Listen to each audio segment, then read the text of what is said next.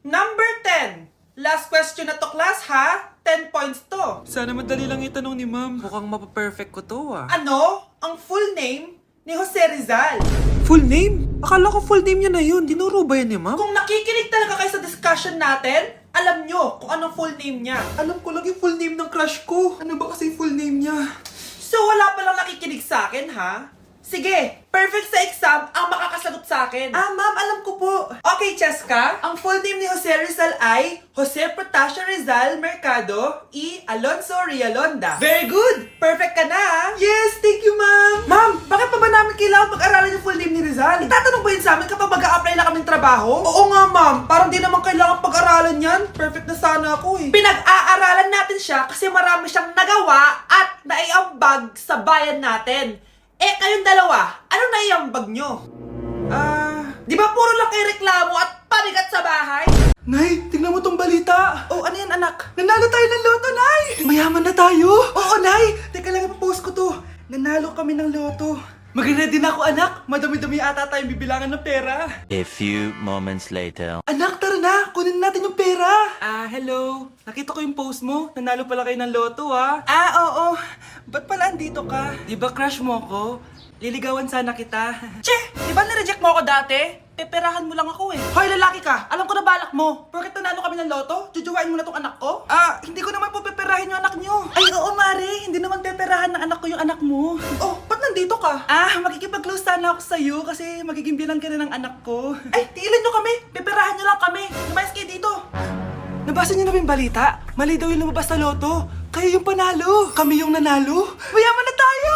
Hindi kami yung panalo. Nay, magiging mahirap na tayo ulit. Paano ba yan? Kami pala yung panalo. Lalayas na kami, ha? Sandali lang, Mare. Nay! Yes, anak? Pwede ba akong gumala? Sige, anak. Pero huwag kang lalabas. Ha? A few moments later. Nay, pwede ba akong maligo? Sige, anak. Pero huwag kang gagamit ng tubig. Nay, mag-swimming na lang ako. Sige, anak. Pero huwag kang magpapabasa. Kakain na lang ako. Nay, pwede ko bang kainin yung Graham sa ref? Sige, anak.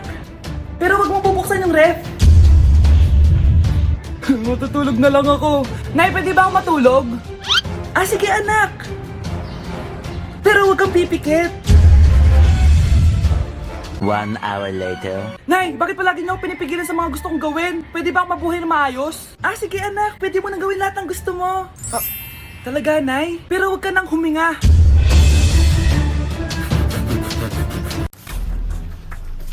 Pre, handa ka na ba? Eto na ba yung bahay? Oo, tara na, magnakaw na tayo. Parang bahay to ng crush ko ah. Bilisan mo! Ito na, ito na! Eto na. Balita ko mayayaman yung mga nakatira dito. Yayaman na tayo! Bukas. Tara na. Haha! Mukhang mahal to ah. Yayaman na ako nito.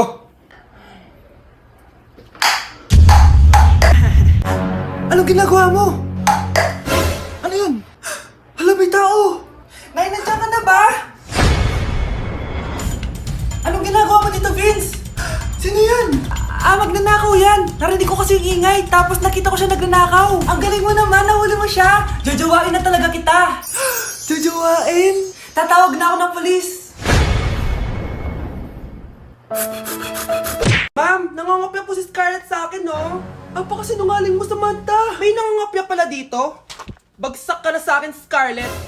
Apakasama talaga ng ugali mo, Samantha. Nay! O anak, anyari sa'yo? Binagsak ako ng teacher ko. Naniwala kasi siya kay Samantha na nangopya daw ako. Totoo ba yun, Scarlett? Hindi, Nay. Siya talaga yung nangopya sa akin. Walang iya yan ah! Humanda siya sa akin! Tara, anak! A few moments later. Ma'am, bakit niyo po kami pinatawag dito? Kasi yung anak mo, sinungaling. Siya naman talaga yung nangopya kay Scarlett eh. Hindi po totoo yan. Para malaman natin kung sino nagsasabi ng totoo sa inyong dalawa, mag-quiz na lang kayo ulit. Patay ako nito. Humanda ka ng mapahiya, Samantha. Okay, time's up. Pass your papers. Scarlett, naka-perfect ka. Yes, talino talaga ng anak ko. Samantha, wala kang tamang sagot. Ikaw talaga ang totoong nangungopya. Nakakahiya ka, Samantha. Humanda ka sa akin sa bahay. Tara! Huwag po, Nay! Deserve mo yan, anak! Oo, Nay. Deserve ko to. Ganda nito. Pupuntahan pala natin yung teacher mo. Magpapasalamat tayo. Nay, wag na. Patay ako pag nalaman ni nanay na jowa ko yung teacher. Ay, naku, bilisan mo. Tara na. Sige po, Nay. A few moments later. Hello po. Hello po, ma'am. Napadaan po kayo dito. Ma'am, gusto ko lang po magpasalamat dahil with honors yung anak ko. Wala yun, ma'am. Nay, uwi na tayo. Tara na. Kahit palagi di po mapasok at bagsak yan sa lahat ng subjects. Anong sabi mo? Bagsak? Oo, ma'am, bagsak. Pero dahil mabuti siyang jowa sa akin, with honors pa rin siya. Ha? Jowa mo yung anak ko? Opo, ma'am. May problema po ba? Aba, child abuse na yan I-report kita. Manda ka. Ikaw naman, pinatulan mo yan? Ang tanda-tanda na yan Nay, magpapaliwanag ako. Fake news lang palang with honors ka. Ibalik mo sa akin lahat ng binili ko sa'yo. Be, picturean mo nga ako. Sisend ko lang dun sa crush ko. Sige, Be, mag-posing ka na dyan. Yan, sige pa. Maganda ba, Be? Tingin nga, Be. Ina mo, Be? Nilaloko mo ba ako? Todo post ako dito tapos naka-front cam pa lang hinayupak ka? Ang pangit mo kasi, Be. Ang klase mukha yan. Hampis ko kaya to sa'yo. Walang magkokopyahan Be, nasagot ka ba sa number 6? Ay, letter B. Letter B. Tingin ka. Be, anong sagot sa atin? Be. Pass your papers in 5, Be, 4. ano yun? Be, dali na. Anong sagot sa 10? Sa number 10? Mama mo. Tingita ka. Binigyan kita ng sagot tapos inbabalik mo sa akin. Akin na yan. Ito. Bigay mo sa mama mo. Ay, sorry na. A few moments later. Be, di ba crush mo yun? Be, huwag ka maingay. Baka marinig niya. Psst, hoy! Crush ka daw na ito, Kung ina mo, Be. Crush mo ako? Hello? Tingnan mo nga itsura mo. Pangit mo. Pakainin mo na to! Sige po, Nay! A few moments later. Baby, tama na. Kain ka na. Kain na. Ano ba yan? Patulogin mo na nga yan? Ang ingay! Baby, tulog ka na. Nakakabal, baby. Nay, lang patulog. Ayan, anak ka. Di mo naman pala kaya. Di ko naman to anak Anak, dadating yung tatay na anak mo. Hay, buti naman. Sino ba yung tatay nito, Nay? Nakalimutan mo na ba? Di yung crush mong pogi. Talaga, Nay? I love you, baby. Tao po. Ikaw ba yung tatay nito? Ang pogi mo naman. Di ba? Kaya ang ganda ng anak nyo. Hindi ako yung tatay. Yung kapatid ko. Ha? Sino? Sigurado pogi din yun. Ako yung tatay at yung asawa mo? Hindi kita asawa. Hindi ko anak to. Si tatay nga! Yay! Nandito na si tatay! Mga anak, namiss ko kayo! Namiss ka din namin, tay. Huwag ka nang babalik sa abroad, Hindi ko na kayo iiwan, mga anak. Yes! Di na babalik si tatay sa abroad! Ito. May regalo pala ako sa'yo, Scarlett. Wow! Ano kaya laman neto? Eto naman, gumastos ka pa. Hayaan mo na, mahal. Ngayon lang ako nakabawi sa mga anak ko. Meron din ba ako regalo, tay? Syempre naman. Ikaw pa ba makakalimutan ko, Brianna? Ito. Yay! May regalo din ako! Matulog na kayo, Kami naman ang tatay mo yung magbabanding. Sige po, Nay. Matutulog na kami. Bubuksan ko na to. Tara na, mahal. May pasalubong din ako sa'yo sa kwarto. Tara na, mahal. A few moments later. Anong oras na? Bakit tumatawag si tatay? Hello, tay? Scarlett, umalis na kayo sa bahay na yan. Isama mo kapatid mo pati nanay mo.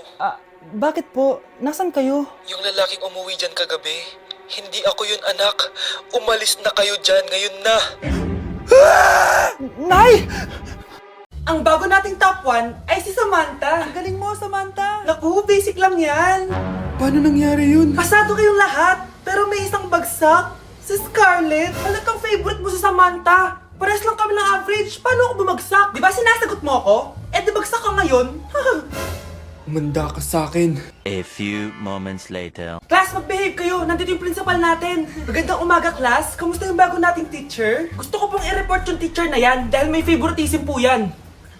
Favoritism? Sinungaling ka, Scarlett! Mabait sa amin si ma'am! Opo, ma'am! Mabait po ako sa kanila! Pantay-pantay lang po yung tingin ko sa kanila! Huwag mo na pagtakpan nanay mo, Samantha! Hala, OMG, magnanay sila.